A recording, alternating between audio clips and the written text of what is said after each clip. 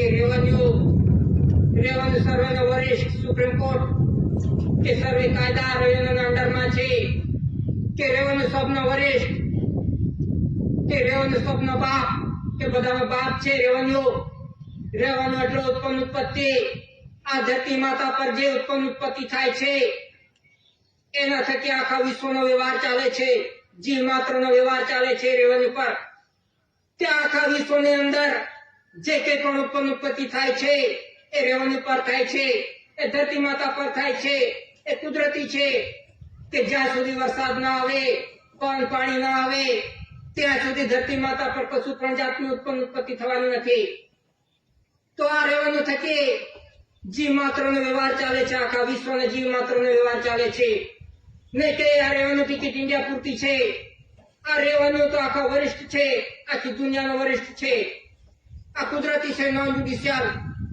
કે જેના થકી જીવ માત્રનો વ્યવહાર ચાલે છે તે છે આ રેવન્યુ ટિકિટનું બંધારણ તો એ રીતે આખું વિશ્વ રેવન્યુના અંડરમાં છે તો એ રીતે જે કંઈ પણ વ્યવહાર ચાલે છે આ કુદરતી બંધારણ થકી ચાલે છે નોન જ્યુડિશિયલ બંધારણ થકી ચાલે છે જ્યુડિશિયલી થકી ચાલતો હોય માનવ સર્જિત થકી ચાલતો હોય તો એના નામના એવિડન્સ હોવા જોઈએ એની નામની ટિકિટ હોવી જોઈએ ઉત્પન્ન ઉત્પત્તિ પોતે કરી જુઓ જાતે જ્યુડિશિયલ કહેવાતા હોય હું ચલાવું છું તો ધાન્ય કણી પકાવી જુઓ વરસાદ લાવી જુઓ પવન પાણી લાવી જુઓ તો ખબર પડે હું ચલાવું છું આ તો અનાજકાળ પૂરી થકી આ કુદરતી બંધારણ થકી ચાલે છે આ વ્યવહાર કુદરતી નોન જ્યુડિશિયલ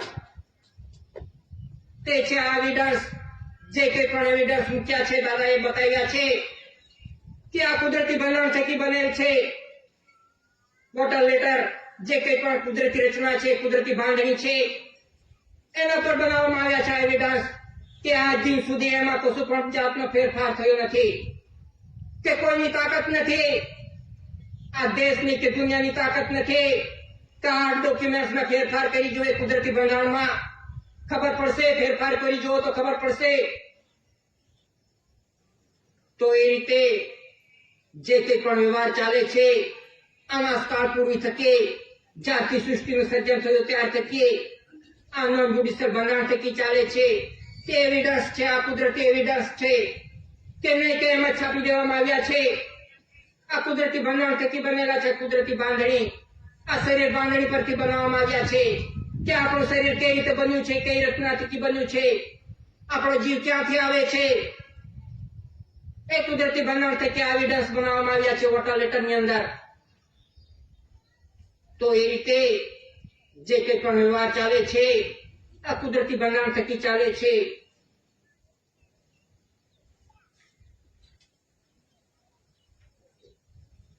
કહેવાનું રૂપી કરન્સી પર લખ્યું છે ભારત સરકાર ગવર્મેન્ટ ઓફ ઇન્ડિયા ₹1 4 શાસનની મુદ્રા અને ધાન્ય કણીનું સિમ્બોલ કે 4 શાસનની મુદ્રા થકી આ દેશનો અને વિશ્વનો વ્યવહાર ચાલે છે અને ધાન્ય કણી થકી આ દેહીનો વ્યવહાર ચાલે છે જીવ માત્રનો વ્યવહાર આ ધાન્ય કણી થકી ચાલે છે કે જે દેશ અને દેહીને ચલાવે તે ગવર્મેન્ટ ઓફ ઇન્ડિયા ભારત સરકાર કે 4 શાસનની મુદ્રા અને ધાન્ય કણીનું સિમ્બોલ પુરવાર કરે છે કે જેના થકી આખા વિશ્વનો વ્યવહાર ચાલે છે ધાન્ય કણી થકી આ કુદરતી વ્યવહાર છે એના પર સિગ્નેચર છે સચિવ વિત્ત મંત્રાલય સેક્રેટરી મિનિસ્ટ્રી ઓફ ફાઇનાન્સ એમાં સિરિયલ નંબર છે A to Z Z to A 1A to Z Z100 1Z to A100 1AA to Z100 1ZZ to AA એ રીતે એના પર સિરિયલ નંબર આપવામાં આવ્યા છે કે એના પર કોઈ વચન આપવામાં આવ્યું નથી કે મેં धारक को ₹1 अदा करने का वचन देता हूं એવો કશું પણ જાતનું વચન આપવામાં આવ્યું નથી કે વચનની શું જરૂરત? પોતે ભારત સરકાર હોય, ગવર્મેન્ટ ઓફ ઇન્ડિયા ભારત સરકાર પોતે હોય, ખુદ હોય, તો એની વચનની શું જરૂરત પડે? તો આ વન રૂપી કરન્સી નું બંધારણ આપણે જાણવું જોઈએ કે આ વન રૂપી કરન્સી કઈ રીતે બને છે, કઈ રીતે બનાવવામાં આવે છે. કે વન રૂપી કરન્સી કે ગામની અંદર જે ખેડૂત હોય છે કે એના ખેતરની અંદર શું શું વાવ્યું છે, કઈ કયું ધાન તુલવારે શું શું કર્યું છે, એની નોંધ કરવામાં આવે છે. તલાટી કમ મંત્રી નોંધ કરે છે કે ગામની અંદર આ ખેડૂતને ત્યાં શું શું વાવ્યું છે, જે કંઈ વાવ્યું હોય એની નોંધ કરવામાં આવે છે. એ રીતે આખા ગામની નોંધ થાય છે કે આખા ગામની અંદર શું શું વાવ્યું છે, શું. ત્યાર પછી ગામથી તાલુકાની અંદર નોંધ થાય છે કે તાલુકાની અંદર નોંધ થાય છે કે જેટલા પણ તાલુકા હોય એ તાલુકાની અંદર જે ગામડાઓ હોય એ ગામડાઓમાં કેટલું અનાજ પાક્યું, શું વાવ્યું છે એની નોંધ થાય છે. અને ત્યાર પછી જિલ્લાની અંદર નોંધ થાય છે કે આખા જિલ્લાની અંદર કેટલી ઉત્પત્તિ થઈ એની નોંધ થાય છે. અને જિલ્લાથી માંડીને પછી રાજ્યની અંદર નોંધ થાય છે કે આખા રાજ્યની અંદર કેટલી ઉત્પત્તિ થઈ તેની નોંધ કરવામાં આવે છે. આખા રાજ્યની કેટલી ઉત્પત્તિ થઈ.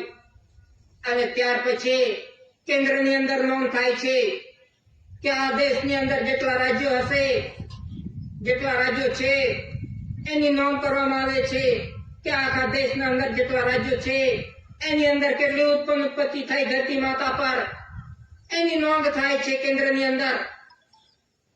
એ નોંધ થયા પછી કે જે ઉત્પત્તિ ધરતી માતા પર થાય છે અને એક ઉત્પત્તિ ધરતી માતાની અંદર થાય છે કે સોના ચાંદી હીરે માણેક મોતી કે ધાતુ ધન સંપત્તિ જે પણ દ્રવ્ય પદાર્થ છે, પેટ્રોલ ડીઝલ જે કંઈ પણ છે એની ઉત્પત્તિની નોંધ થાય છે.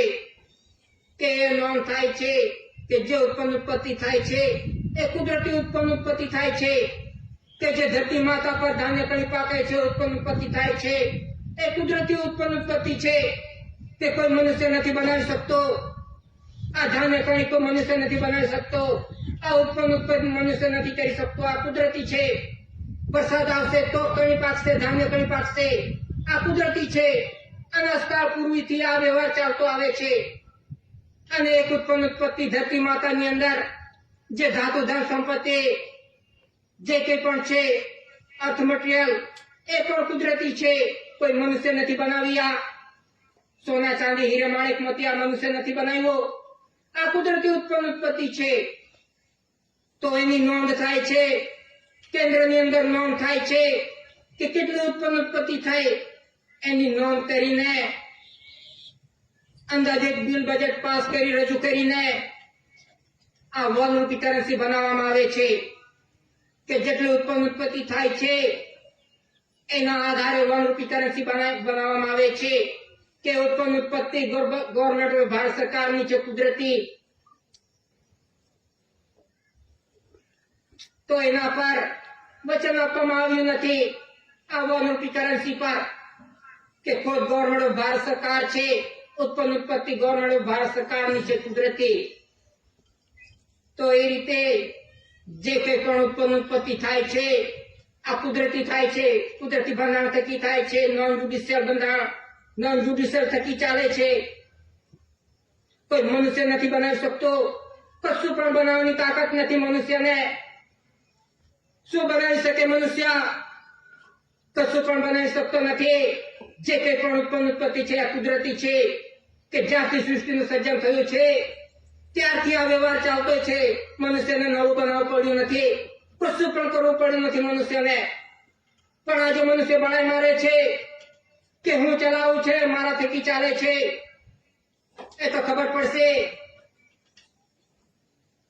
તો એ રીતે જે કંઈ પણ ઉત્પત્તિ થાય છે કુદરતી બંધારણ થકી તેના આધારે વન રૂપી કરન્સી બનાવવામાં આવે છે કે એના પણ કશું પણ જાતનું વચન આપવામાં આવ્યું નથી.